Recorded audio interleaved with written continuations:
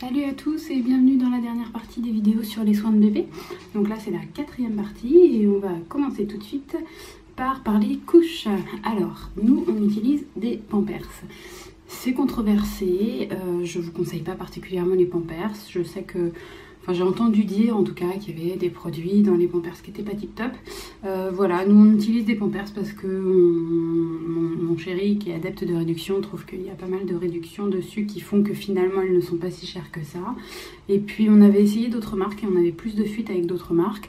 Maintenant j'ai des collègues qui utilisent d'autres marques parce que justement elles avaient beaucoup de fuites avec leurs Pampers. Donc je pense que ça dépend de la morphologie des enfants.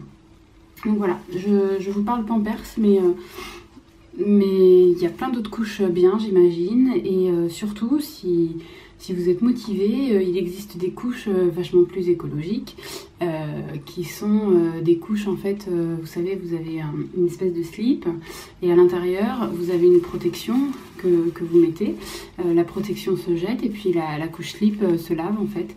Voilà, ce sont des couches plus naturelles. Je crois que je m'étais renseignée à un moment sur la marque Hamac. Regardez sur internet si ça vous intéresse, elles avaient l'air assez sympas, mais on ne s'est pas lancé pour diverses raisons. Mais bref, on ne s'est pas lancé, donc je vous en parlerai pas parce que je les connais pas. Restons sur les couches jetables. Elles ont une, en tout cas les Pampers, peut-être dans d'autres marques aussi, elles ont une petite ligne jaune là, vous voyez devant, qui permet de savoir si bébé a fait pipi ou pas et la quantité de pipi. Du coup, plus la ligne devient bleue et plus ça veut dire que la couche est chargée en pipi. Si toutefois vous n'aviez pas capté en voyant son épaisseur, ça peut être pas mal je pense quand on débute et qu'on ne sait pas trop si la couche a déjà été mouillée ou pas. Voilà, si par exemple il y a un tout petit pipi et qu'on n'est pas trop sûr, et bien s'il y a du bleu, vous êtes sûr que votre enfant a bien fait son pipi, parce que c'est important que les enfants fassent pipi, mouillent leur couche. Voilà. Si les enfants sont au sein, je l'ai déjà dit mais je le répète, si les enfants sont au sein, c'est pas forcément nécessaire qu'ils fassent des selles tous les jours, nombreuses ou quoi. Ils peuvent même passer plusieurs jours d'affilée sans faire de selles, c'est pas forcément grave. Au début ils vont forcément faire le méconium, les premiers caca, qui vont être marrons, et puis après leurs selles vont devenir normalement si tout va bien jaune granuleuse, parfois liquide. C'est pas grave, c'est pas de la diarrhée, c'est normal, c'est comme ça avec les bébés allaités au sein. Donc ne soyez pas inquiète, tout va bien. Si la selle est un petit peu trop verte, ça peut être que votre enfant prend trop de début de tétée. Donc à ce moment-là, une des solutions c'est de donner plusieurs fois le même sein d'affilée, au moins 2 fois d'affilée le même sein. Et essayer voilà, de le laisser bien téter jusqu'au bout cet été pour qu'il aille bien chercher le lait gras de fin de tétée qui va permettre que les selles aient la bonne couleur, donc jaune. Voilà, jaune ou un peu dans les marrons, enfin voilà. Pourquoi je vous disais ça? Je sais plus. Si, parce que du coup c'est pas grave s'ils font pas caca, par contre il faut qu'ils fassent pipi. Voilà, donc une petite astuce pour savoir s'ils ont fait pipi, c'est ça. Ensuite je voulais vous dire, donc petite démonstration. Je vais pas faire de démo sur mon bébé parce que je tiens pas à mettre ses fesses en ligne sur internet. J'ai ce petit assistant là pour aujourd'hui qui va m'aider à vous expliquer 2-3 petits trucs à faire gaffe quand vous changez une couche si vous ne l'avez pas encore trop fait. Déjà au début peut-être que vous serez mal à l'aise à manipuler votre bébé, mais ça va venir très vite. Les couches ça se fait plusieurs fois par jour, donc très vite vous allez être à l'aise avec les couches. Ne flippez pas si le premier jour vous vous sentez un peu paumé, même pour un changement de couche qui est un basique, c'est possible que vous vous sentiez paumé. Quand vous allez glisser la couche dessous, donc vous soulevez les fesses de bébé, vous glissez la couche dessous, faites attention à ne pas mettre le body ou le pyjama dans la couche, sinon ça va fausser l'espace de fermeture que vous allez refermer. Après vous allez renlever le body et du coup finalement il y aura un jour un peu trop important et donc plus de risque de fuite. Voilà, donc on met pas le body dedans, tac, on referme devant. Moi je trouve que c'est pas mal de mettre une main, donc on centre bien la couche. Si le cordon n'est pas encore tombé, on veille à replier la couche devant pour laisser le cordon à l'air. Et je trouve que c'est pas mal de mettre une main comme ça en fait, qui permet de stabiliser la couche, d'éviter qu'elle glisse un peu d'un côté ou d'un autre côté, donc qu'elle soit bien centrée avant de refermer de chaque côté. Tac, et une fois qu'on a refermé de chaque côté, on glisse un petit doigt au niveau abdominal pour vérifier qu'on n'a pas trop serré et vérifier qu'on n'a pas non plus pas assez serré. Parce que si jamais vous pouvez vraiment trop glisser votre main, c'est qu'il faut resserrer un petit peu, sinon c'est sûr que votre couche va fuir. Autre chose que je faisais pas au début, mais que je pense qu'il faut faire, c'est de sortir là bien ici, de chaque côté, la couche, qu'elle soit vraiment bien mise, parce que si elle est un petit peu trop roulée comme ça, et ben peut-être que ça va plus facilement fuir. Donc essayez de bien la déplier à l'entrejambe. Quand vous voulez changer votre enfant, donc imaginez, voilà, à l'odeur, vous savez qu'il a fait caca, vous vérifiez, confirmation visuelle avec par transparence à travers la couche, vous voyez qu'il y a c'est un petit peu opaque, en fait c'est sombre, donc vous savez qu'il y a du caca. Moi, quand il y a du caca, systématiquement j'enlève le pyjama, tac, je retourne mon enfant et je regarde si le body est souillé ou pas. Je trouve que c'est bien de le savoir à l'avance, parce qu'on va pas changer son enfant pareil si le body est souillé ou pas. S'il n'est pas souillé, le body, il n'y a pas de souci. J'enlève parce que j'avais déjà tourné la vidéo, mais j'avais dû m'interrompre, il est resté une compresse. Bon bref, s'il n'est pas souillé, le body, tac, vous changez normalement votre enfant, vous soulevez, vous nettoyez, vous remettez une couche, il n'y a pas de souci. Si le body est souillé par contre, là je vous encourage à d'abord, donc vous avez le body qui est sale, votre enfant qui est sale, soit vous repliez le body sur lui-même tout simplement, tac, vous enroulez, vous le faites remonter jusqu'au bout, soit vous mettez une compresse là avant de réenrouler le body si vous n'avez pas trop envie d'étaler à l'intérieur. Et puis ensuite vous nettoyez votre enfant. Donc on déconseille un petit peu les lingettes en fait, les lingettes pour bébé, parce qu'en fait il y a souvent pas mal de produits et du coup on essaye de mettre un minimum de produits, surtout sur les fesses, surtout avec une couche fermée, parce que voilà, c'est un endroit qui est déjà pas mal sollicité, avec plein de lavages, avec des selles qui peuvent éventuellement irriter les fesses. Au passage, les selles du biberon de lait artificiel sont plus irritantes que les selles de lait maternel. Voilà, petit truc au passage. Et donc du coup, moi j'utilise jamais de lingette, j'utilise tout simplement des compresses de coton. Certains mettent juste de l'eau. Moi je trouve que l'eau, ça respecte pas le film gras de la peau, donc je préfère utiliser du liniment. J'utilise du liniment oléocalcaire de la marque J-Frère. Donc c'est tout simplement de l'huile d'olive avec de l'eau de chaux. Voilà, j'en mets sur ma compresse, tac, je nettoie mon bébé, donc on est toujours dans le cas d'un bébé dont la couche a fui. Hein. Je nettoie mon bébé, je nettoie un petit peu le haut de la couche, je replie un petit peu la couche sur elle-même, donc couche qui est bien cracra. Et puis du coup, une fois que c'est propre là, je peux le retourner sur mon matelas allongé sans en mettre partout sur le matelas allongé. Et je change ma couche normalement. Alors, donc, j'ai ma petite astuce toujours. Une fois que j'ai ouvert ma couche, je la laisse pas ouverte parce que il va y avoir bébé, s'il bouge un petit peu, il va y avoir un million de raisons qui se remettent les fesses dans le caca ou pire les pieds. Donc je referme pour que le caca reste à l'intérieur, puis mes lingettes, tac, je nettoie les fesses, je les repose, donc le caca est de ce côté, je les repose dans ce sens. Et comme ça, je garde toujours un côté propre si jamais j'ai besoin de reposer mon bébé pour préparer une autre lingette. Voilà. Je trouve que c'est plus simple parce que si vous enlevez complètement la couche et qu'il reste du caca sur les fesses, et concrètement, vous allez salir votre serviette ou votre matelas allongé. Voilà. Et puis après, une fois que vous avez mis votre couche propre, vous déshabillez bébé, vous enlevez le body, vous le lavez plus tard. Voilà, donc petite astuce pour quand ça fuit dans le dos, et puis quand ça fuit à l'entrejambe, là il n'y a pas trop d'astuces, hein. Votre pyjama est forcément souillé. Vous pouvez pas l'enlever, vous n'avez pas le choix, vous devez l'enlever, donc peut-être vous allez en étaler un petit peu partout. Mais je trouve que ça fuit plus facilement dans le dos qu'à l'entrejambe, enfin en tout cas pour mes bébés et à moi. Quand changer la couche, vous allez me dire c'est pas compliqué, il suffit de la changer quand elle est sale. Eh bien c'est pas aussi simple que ça. Juste pour que peut-être vous vous détendiez aussi par rapport à ça. Je vous explique mon cheminement entre mon premier enfant et mon deuxième. Le premier, j'étais assez maniaque. Dès qu'elle était un petit peu sale, juste pipi, je changeais. La nuit, on continuait, on changeait. Et résultat, donc il avait, c'est sûr, des fesses très propres. Moi, j'avais vraiment la crainte qu'il ait des problèmes de peau. Et donc du coup, voilà, qu'il ait des rougeurs, des trucs au niveau des fesses. Donc c'est vrai que j'étais très très vigilante. Et puis pour le deuxième, j'ai pas tenu la même conduite. Déjà, c'est vrai qu'un bébé, ça fait pipi hyper souvent. Et je me disais, c'est pas dramatique, voilà, qu'il fasse 3-4 fois pipi dans la même couche. On n'est pas obligé de sauter dessus dès qu'il a fait un pipi. Donc je laisse la couche de pipi un peu plus longtemps. Ça me perturbe pas plus que ça. Et puis la nuit j'essaye carrément de ne pas le changer du tout. Et ce, depuis presque le début en fait. Hein. Enfin, au tout début, là, quand c'était encore le méconium, quand même, je changeais la couche. Mais au fur et à mesure, j'ai laissé, y compris des selles, la nuit.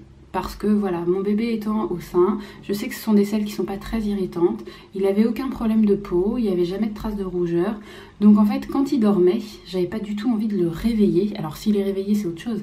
Mais si votre bébé dort, réfléchissez bien au bénéfice de le réveiller pour lui changer sa couche. Est-ce que c'est vraiment si important que ça ? Donc je pense que ça se discute en fonction de l'heure qu'il est dans la nuit, de combien de temps il lui reste à attendre. Moi perso, mon bébé, s'il est 6h du matin et qu'il fait caca, et que je sais que vers 7h il sera sans doute réveillé, je le change pas, je le laisse, voilà. Et ça m'est tellement arrivé de le laisser. Donc caca, maintenant je suis plus embêtée, là il a 2 mois et demi et ça fait un moment qu'il a compris qu'il fallait pas faire caca la nuit. Voilà, il est bien calé jour-nuit, donc il fait caca le jour, donc ça me simplifie la tâche. Mais pour le pipi, donc il continue à faire pipi la nuit, c'est bien normal. Pour le pipi, je laisse tellement le pipi dans la couche, puisque des fois je le change avant de le coucher à 20h ou 21h et puis je le rechange que presque 12 heures plus tard, donc vous imaginez que c'est bien plein. Et il m'arrive que ça fuit, c'est vrai, mais a priori ça ne le perturbe pas plus que ça non plus, il continue de dormir, donc moi c'est vraiment ma priorité en fait que mon enfant dorme. Et voilà, quand il se lève, je change tout, la couche, le body, le pyjama, mais bon, de toute façon le matin je me change, donc ça ne change rien. Voilà, je voulais juste vous le dire parce que c'est vrai que j'aurais pas fait ça pour mon premier, j'aurais eu l'impression d'être négligente. Et là, j'ai pas cette impression-là parce qu'en fait, mon plus grand, au fur et à mesure qu'il a grandi, qui faisait ses nuits mais qu'il n'était pas encore propre, avait donc une couche de nuit, faisait donc des pipis dedans. Et ça m'aurait paru insensé d'aller voir mon enfant de 2 ans et de lui dire à 2h du mat, allez, on va changer ta couche parce que t'as fait pipi dedans. Bah non, en fait, les plus grands, on les laisse avec leur couche pleine de pipi toute la nuit. Et c'est vrai que des fois au matin, la couche, elle est bien chargée, voire elle a débordé. Bah oui, mais on les laisse dormir. Et pourquoi pas avec un nouveau-né, en fait. Voilà, donc moi, je ne le réveille pas. S'il est réveillé, je le change. Mais s'il n'est pas réveillé, je le laisse tranquille et je le changerai plus tard. C'est bon pour la couche. Je voulais juste vous dire un petit mot par rapport au cordon ombilical parce que j'avais oublié ce truc entre mon premier et mon deuxième. Alors pour celles qui ne savent pas, le cordon ombilical, quand vous allez rentrer chez vous, donc il va être toujours là sur votre enfant, il faudra le désinfecter 2 fois par jour. Donc à la mater, on va bien vous montrer, vous expliquer, vous dire quel produit utiliser, tout ça. Soyez pas flippés, c'est vraiment très très simple à faire. On passe un petit coup autour du cordon, on veille, comme j'ai dit tout à l'heure, à ce qu'il ne soit pas dans la couche pour les risques infectieux. Et puis un beau jour, le cordon commence à se détacher et puis au bout d'un moment, il tombe tout seul. Voilà, c'est vraiment un processus tout simple, il n'y a pas à se prendre la tête par rapport à ça. Si certaines d'entre vous ont eu des soucis avec leur cordon, je veux bien qu'on en parle en commentaire, ça ouvrira un petit peu la discussion sur le cordon, parce que moi, au final, ça m'a un peu surprise d'avoir à le refaire. J'avais zappé qu'il y avait ce truc, mais ça m'a pas paru très contraignant, même si j'étais contente une fois que c'était tombé, parce que c'est pas très joli. Voilà, mais sinon c'est vraiment très simple. Donc que ça ne vous effraie pas quand vous verrez ce truc et qu'on vous dira qu'il y a un soin à faire dessus. Ça fait pas mal à bébé, voilà, donc que ça ne vous effraie pas. Dernier point que je vais aborder, c'est un point un peu stratégique, le point du sac à langer. Quand on en a pas trop fait des sacs à langer, c'est vite fait d'avoir oublié un truc. Donc je voulais juste vous dire, voilà, moi ce que je mets dedans. Puis si vous avez l'impression que j'oublie quelque chose, si vous êtes maman expérimentée et qu'il y a un truc vraiment que vous avez que je ne cite pas, dites-le en commentaire, peut-être que j'oublie quelque chose. Moi, perso, dans mon sac à langer, j'ai un change pour mon enfant, donc pour bébé, ça va être un body, un pyjama. Je vais avoir un linge, parce que moi j'ai des enfants qui régurgitent, mais pas seulement. Je trouve que le linge peut servir dans plein d'occasions. Donc si vous devez changer votre enfant, vous allez peut-être avoir envie de poser le linge avant de poser votre enfant sur l'endroit où vous allez le changer. Si vous devez, je sais pas, le protéger du froid, le cacher du soleil, enfin il y a plein de raisons où le linge peut servir. Du coup, je trouve ça pratique d'en avoir un, ou alors si vous prenez pas un linge, prenez au moins un bavoir pour celles qui en utilisent, pour si votre enfant a quelque chose à boire, à manger, que vous puissiez faire en sorte qu'il soit pas direct sale sur ses habits. Ce serait dommage de le changer pour ça. Ensuite, je prends bien sûr des couches. Alors, je dis des couches volontairement parce que je pars pas avec une seule. Moi, je pars au moins avec deux.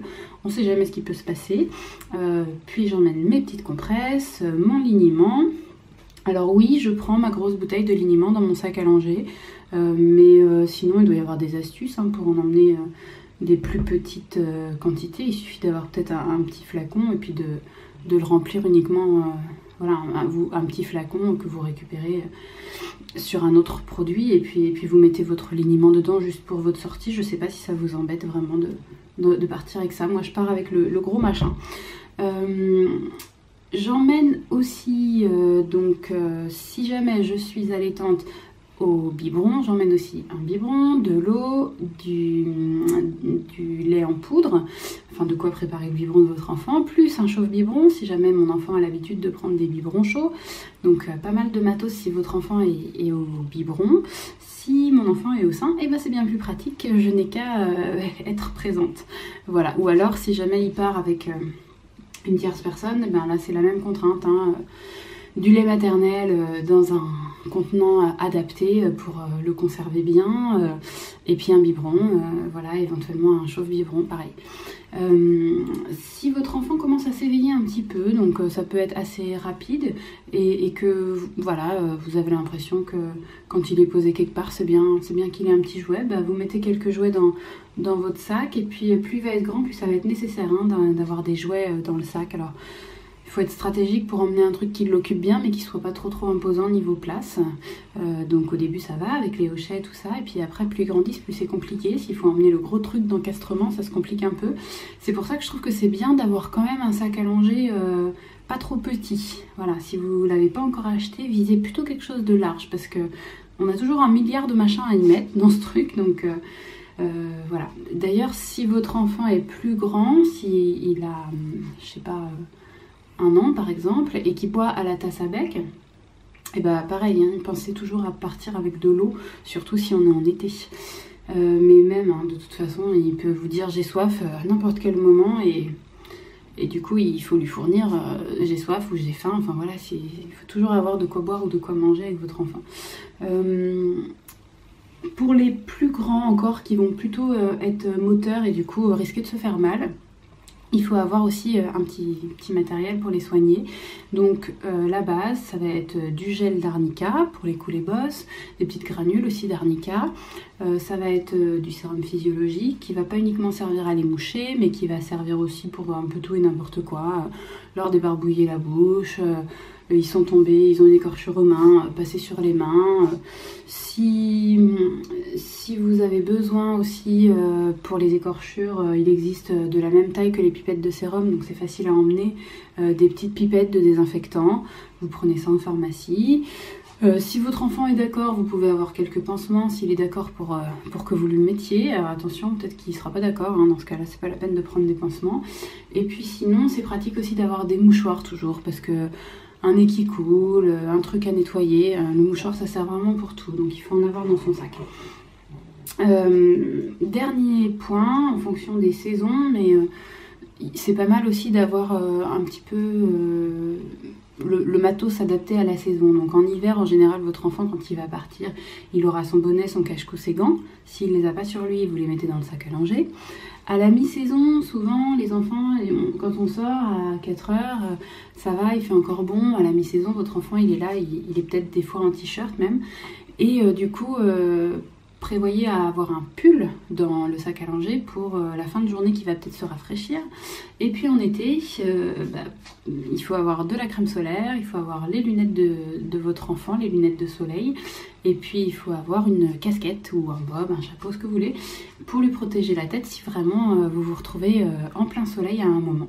Voilà, je crois que là quand même j'ai pas mal fait le tour de tout ce qu'on peut mettre dans un sac à langer, mais on sait jamais, j'ai peut-être oublié un truc, donc n'hésitez pas à interagir, ça me fait toujours plaisir quand j'ai des messages. Donc je vous dis à très vite. On clôt le sujet des soins pour bébé. On va démarrer d'autres trucs. J'ai encore plein de sujets à traiter, mais sachez en tout cas que s'il y a des sujets que vous voulez voir rapidement traités, s'il y a des trucs dont vous voulez que je parle, eh bien vous pouvez aussi me solliciter pour que je change un petit peu l'ordre d'apparition de mes vidéos. Il n'y a pas de souci, je suis ouverte à ça, donc s'il y a des trucs qui vous intéressent particulièrement, n'hésitez pas à m'en faire part. Voilà, je vous dis à très bientôt.